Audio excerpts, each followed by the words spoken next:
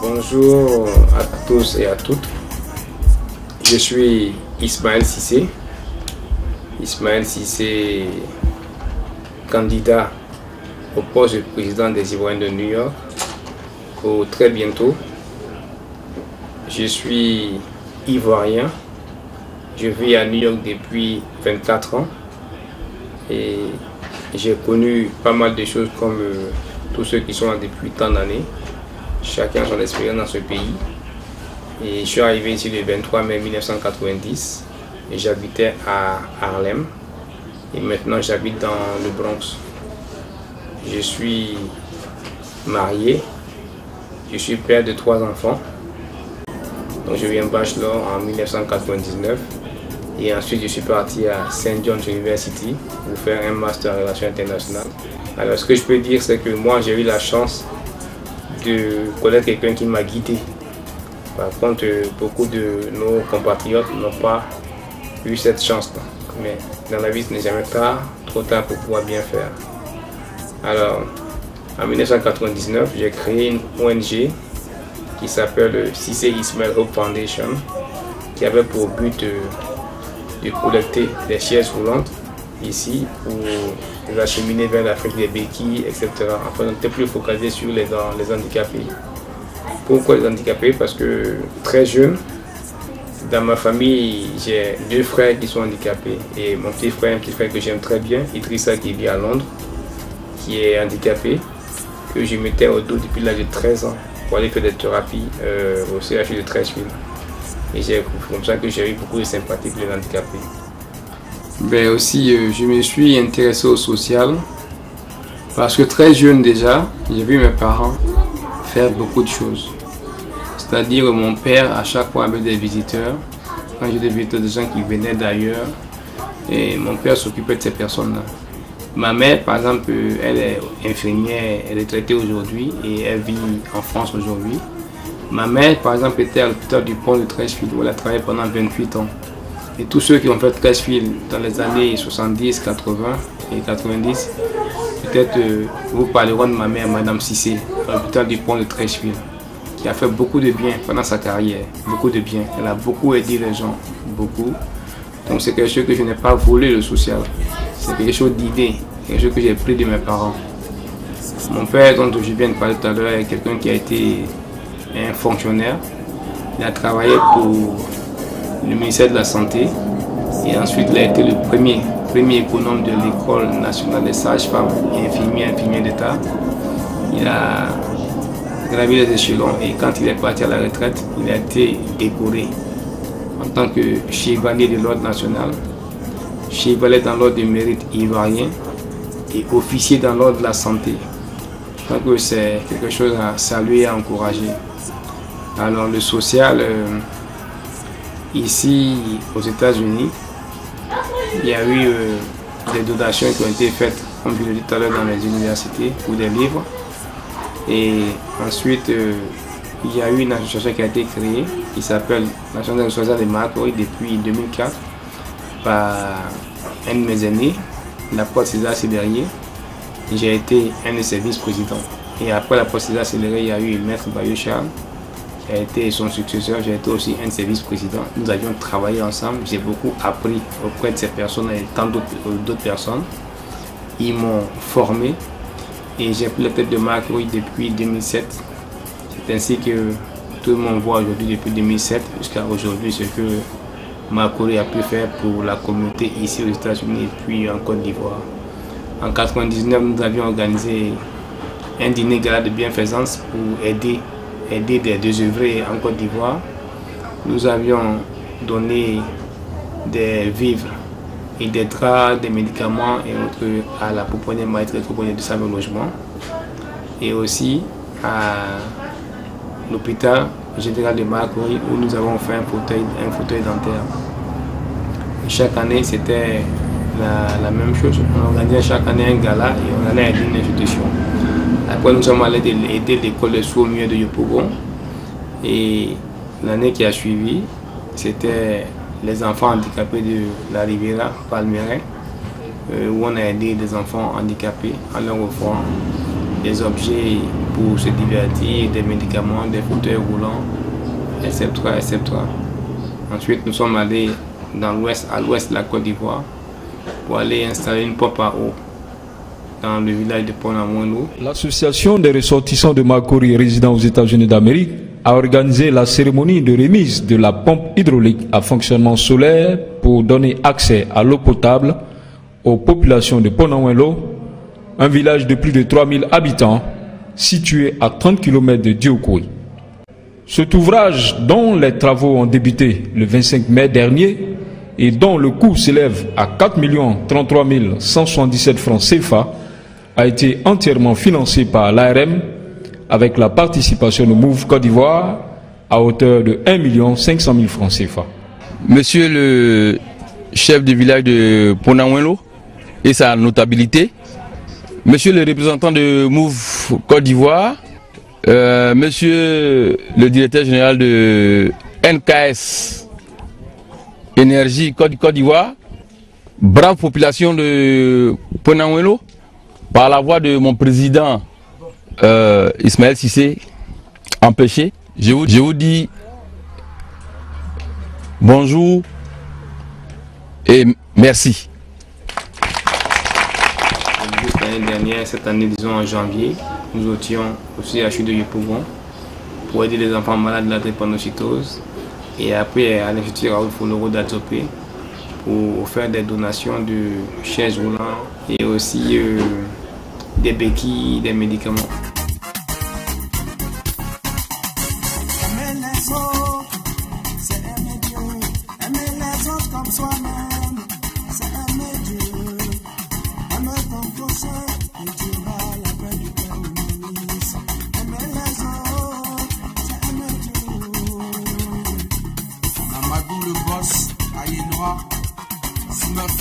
On est ensemble. Aimer les autres, c'est aimer Dieu. Aimer les autres comme soi-même, c'est aimer Dieu. Aimer ton prochain, et tu auras la paix du cœur. Aimer les autres, c'est aimer Dieu. Mohamed Ali, un salon ma vie. Y'a nous coulons, Janata. Après tout, nous, à la tout, nous, à Tatahabou. On ne peut pas avoir le paradis si l'on n'a pas la foi. On ne peut pas avoir la foi si l'on n'aime pas son prochain. Dieu a tellement aimé le monde qu'il a donné son fils unique afin que quiconque croit en lui ne périsse jamais, non. Mais plutôt qu'il ait la vie, qu'il ait la vie éternelle. Aimer son prochain, c'est aimer Dieu. À son clavis, commissaire About, John Cook, John Sakari Bengue.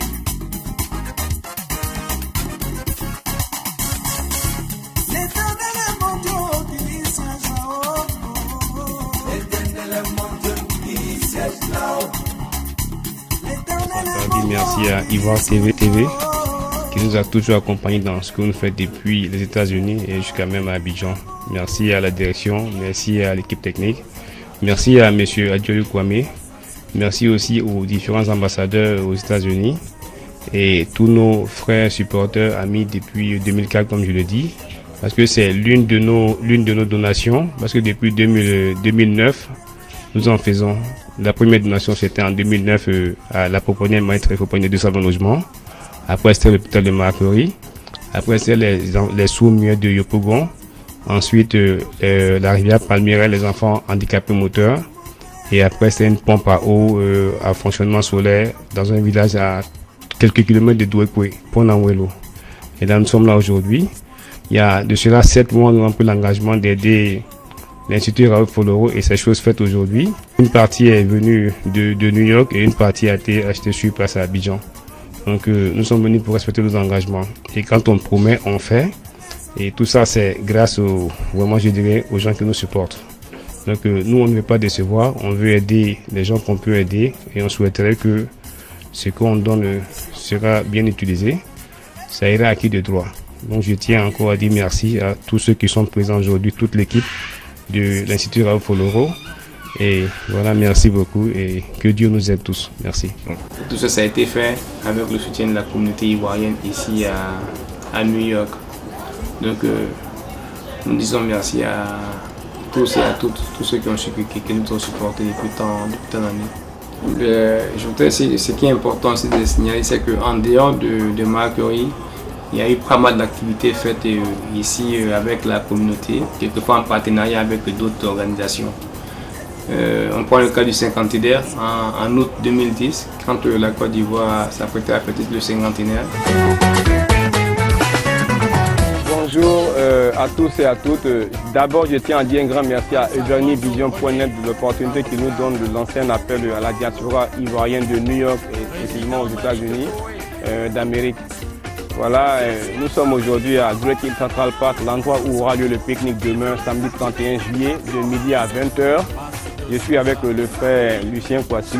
Merci à toute la diaspora ivoirienne. Nous disons merci à EjourneyVision.net pour l'opportunité. On a toutes les associations de venir, les présidents d'associations, ceux qui ne font pas partie d'une association, venez, c'est une fête qui est ouverte à tout le monde, à tout le public. Voilà.